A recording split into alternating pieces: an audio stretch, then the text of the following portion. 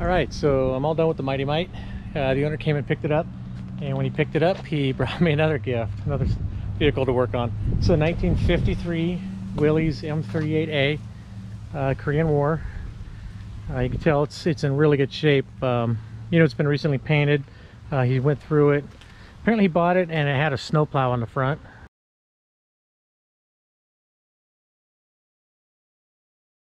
So he took the snowplow, took all that garbage back off, put it all back to original, and he's got it running really good. One of the things he needs me to do to it, it needs the master cylinder changed because he upgraded to bigger drums. So he wants me to put a bigger master cylinder on. The antenna, which I've already mounted the antenna, I just have to put a like a resting clip on it so it doesn't beat the side of the hardtop up. You know, as it bounces along here. I'm gonna make some type of a retainer right here. And if you didn't notice, it's a hardtop, which is very rare for these things. So yeah, it's pretty cool. I need to fix the horn, gas sending unit, and a little bit of carburetor adjustment to it. Got to see what's going on with the carburetor. It's either getting debris or something in it, so once in a while it doesn't want to idle. So he has to set the idle up on it. So I'm gonna investigate that and see what's causing that. Anyways, it's a beautiful Jeep. This thing is just awesome. All right, let's take a little peek under the hood, see what she's got. Flip this hood up.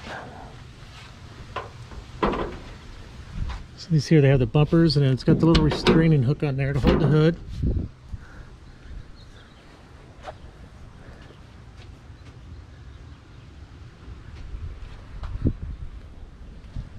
Yeah, it's really cool. Got a heater. You see something dripping on the carburetor here. Maybe that has something to do with the problem that it has. It looks like it's a newer carburetor, but we'll figure that out.